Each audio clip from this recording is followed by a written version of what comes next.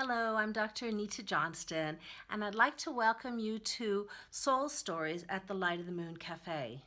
The story I want to share with you today is a story that has been helpful for me at times when I've been feeling frustrated about trying to get someplace I want to get and it doesn't quite go as smoothly as I would like or as quickly as I would like. Or even if I'm trying to achieve a goal that is new for me and that is something that I've never tried before, and I find that there's all kinds of obstacles that seem to come up. Or maybe even just an emotional state that I'm just trying to get into of peace or calmness. And I get frustrated that I can't get where I want to go, or I get overwhelmed, or to the point where I just want to throw up my hands and say, I can't do this. This is too hard. I don't have what it takes. I can't do this. So this is a story for me that I like to think about, and because it helps me. And so I'm going to share it with you today. There was once a time in Africa of great famine, and all the animals in the jungle were starving. There were no fruits to be found on the trees, and the grasses weren't producing grains, and there weren't even root vegetables to be had. And so all the animals were starving, and they knew they had to leave the jungle in order to find food. And so they gathered together, all of them, the chimpanzee and the zebra and all of the animals except for the lion, because the lion was the king of the jungle and he wasn't going anywhere. But the animals, they didn't know where they were going. They just knew that where they were was not a place that they could be nourished. They couldn't stay. And so they headed out of the jungle. And eventually they came to this wide river. And they jumped in and swam across the river. And then they came to a plain that was as far as the eye could see. And way off in the distance on the horizon, they saw a little bump. And they thought, well, they didn't know where they were going, so they might as well head for this bump, which is what they did. And they made their way across the great plain. And as they get closer and closer to the bump on the horizon, they saw that it was a tree. And when they got even closer to the tree, they saw that it was laden with the most amazing fruit. This fruit was as yellow as bananas. It was purple as plums. It was as red as pomegranates and as orange as mangoes, and it had the fragrance of all the fruit in all the world. The animals were thrilled until they realized there was a problem. The fruit was so high that not even the giraffe could reach it, and the trunk of the tree was so slippery that not even the monkey could climb it. And so they thought, oh my gosh, what are we going to do? And the old tortoise spoke up and said, my great-great-grandmother told me about a tree that had the most amazing fruit, but only those that knew the name of the tree could eat the fruit. And the animal said, well, what is the name of the tree? And she said, I don't know, but the lion knows. Oh, great. So the animals thought, well, what we're going to have to do is we're going to have to send somebody back to get the name of the tree from the lion. And they picked the gazelle for obvious reasons. So off goes the gazelle, running as fast as she can, and she runs across the great plain, and she gets to the river, and she jumps in, and she swims across it, and she goes into the deep, dark jungle where the lion, you know how you get when you're really hungry, was really grouchy. And the lion snarled at her and said, what do you want? And she said, oh, great lion, the animals are so hungry. He goes, all right, then I'll tell you the name of the tree. The name of the tree is Ungali. Now leave me alone. Ungali, the name of the tree is Ungali, she said. As she headed out of the jungle and she got to that river, she jumped in, she swam across, and then she started running across that great plain as fast as she possibly could. She was running so fast that even amazed her, and she said, oh my gosh, I can't even believe this. This is the fastest I've ever run. Those animals, they're going to be really grateful that they chose me to go get the name of the tree. And she was caught up in her thoughts like this, and she didn't see the little rabbit hole in front of her, and her front hoof went into that rabbit hole, and she flipped head over hoof, head over hoof, head over hoof, until she landed splat not far away from where the animals were gathered under the tree. And they rushed over and they said, what's the name of the tree? What's the name of the tree?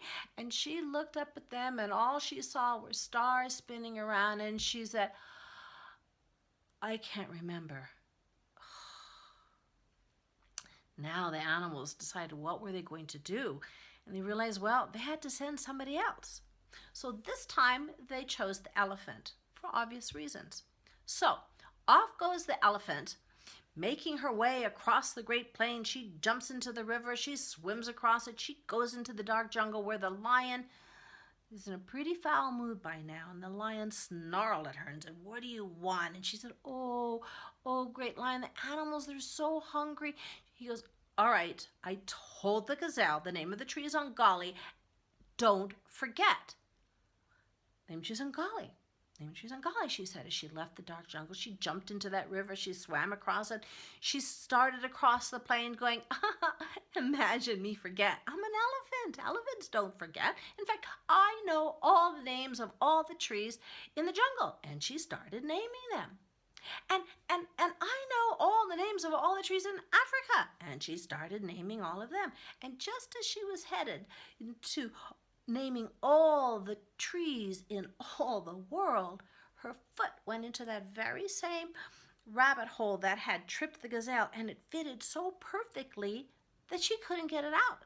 And she pulled and she tugged and it wouldn't come out. And she pulled and she tugged and it wouldn't come out. And those few animals that still had some energy, they rushed over as she was struggling with this, and they said, "What's the name of the tree?" And she pulled and she tugged. "What's the name of the tree?" She pulled and she tugged. "What's the name of the tree?" She pulled and she tugged. Pop! Out came her foot, and she looked at them and she said, "I don't know, and I don't care." Oh, now what were they going to do?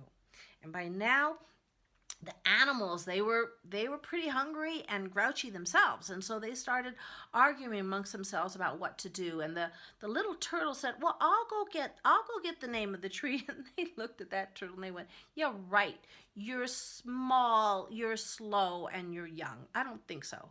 And they continued to quarrel amongst themselves, and the little turtle paid them no mind, and she headed out and made her way one little step at a time, slowly across the great plain. And eventually she got to that river. She jumped in the river and she swam across the river.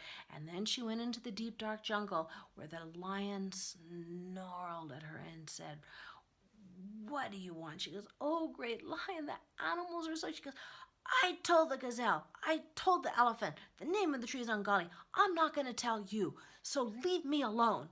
"Ungali, the name she's Ungali," she said. "Ungali, the name she's Ungali." As she made her way out of the jungle, she got to that river, jumped in, swam across it, saying, "Ungali, the name she's Ungali." She got to the plain and started making her way. "Ungali, the name she's Ungali," because this is what her great-grandmother had told her to do so that she didn't forget. "Ungali, the name she's Ungali, Ungali, the name she's Ungali."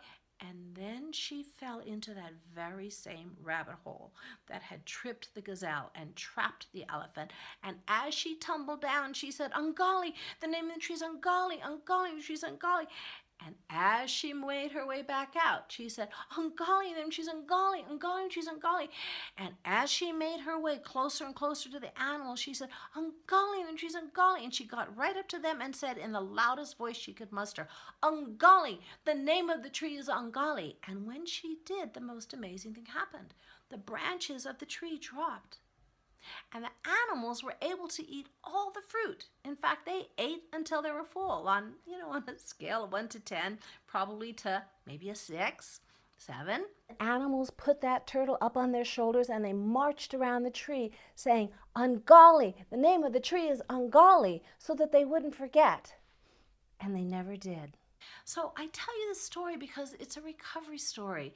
And women who are struggling with eating difficulties, in the beginning, all they know is that they're not being nourished. That whatever the situation they're in, it's dark and it's not feeding them. And they have to leave. And this takes a lot of courage because usually they don't know where they're going. They just know they have to go. And so they make their way and eventually get to the river of feelings that runs through all life. Gotta jump in, gotta swim it, gotta cross it. And then they get to the great plain that is the story of their lives. And it has to be crossed. You have to traverse the plain of your life. And even then, just when you think that you're getting to the recovery you want, it's coded. You have to know the name of your hunger, or perhaps the name of your hungers. And then this requires going back across the plane that is the history of your life, and swimming across the river of feelings that runs through all life over and over and over again, and then going into the deep dark place where your inner authority resides, the part of you that knows the name of your hunger. And it can times be very scary, and it can be very frustrating. And even that, when you find the names of your hunger, then no matter what trips you, no matter what traps you, you must never forget. Because it's only when you know what it is you are truly hungry for that you can be nourished. So I hope you appreciated this story, and I hope that you would give me a comment. I would love to hear if this inspired you in some way or reminded you of something. So please scroll down and leave a comment. And I will look forward to seeing you next time at Soul Stories at the Light of the Moon Cafe.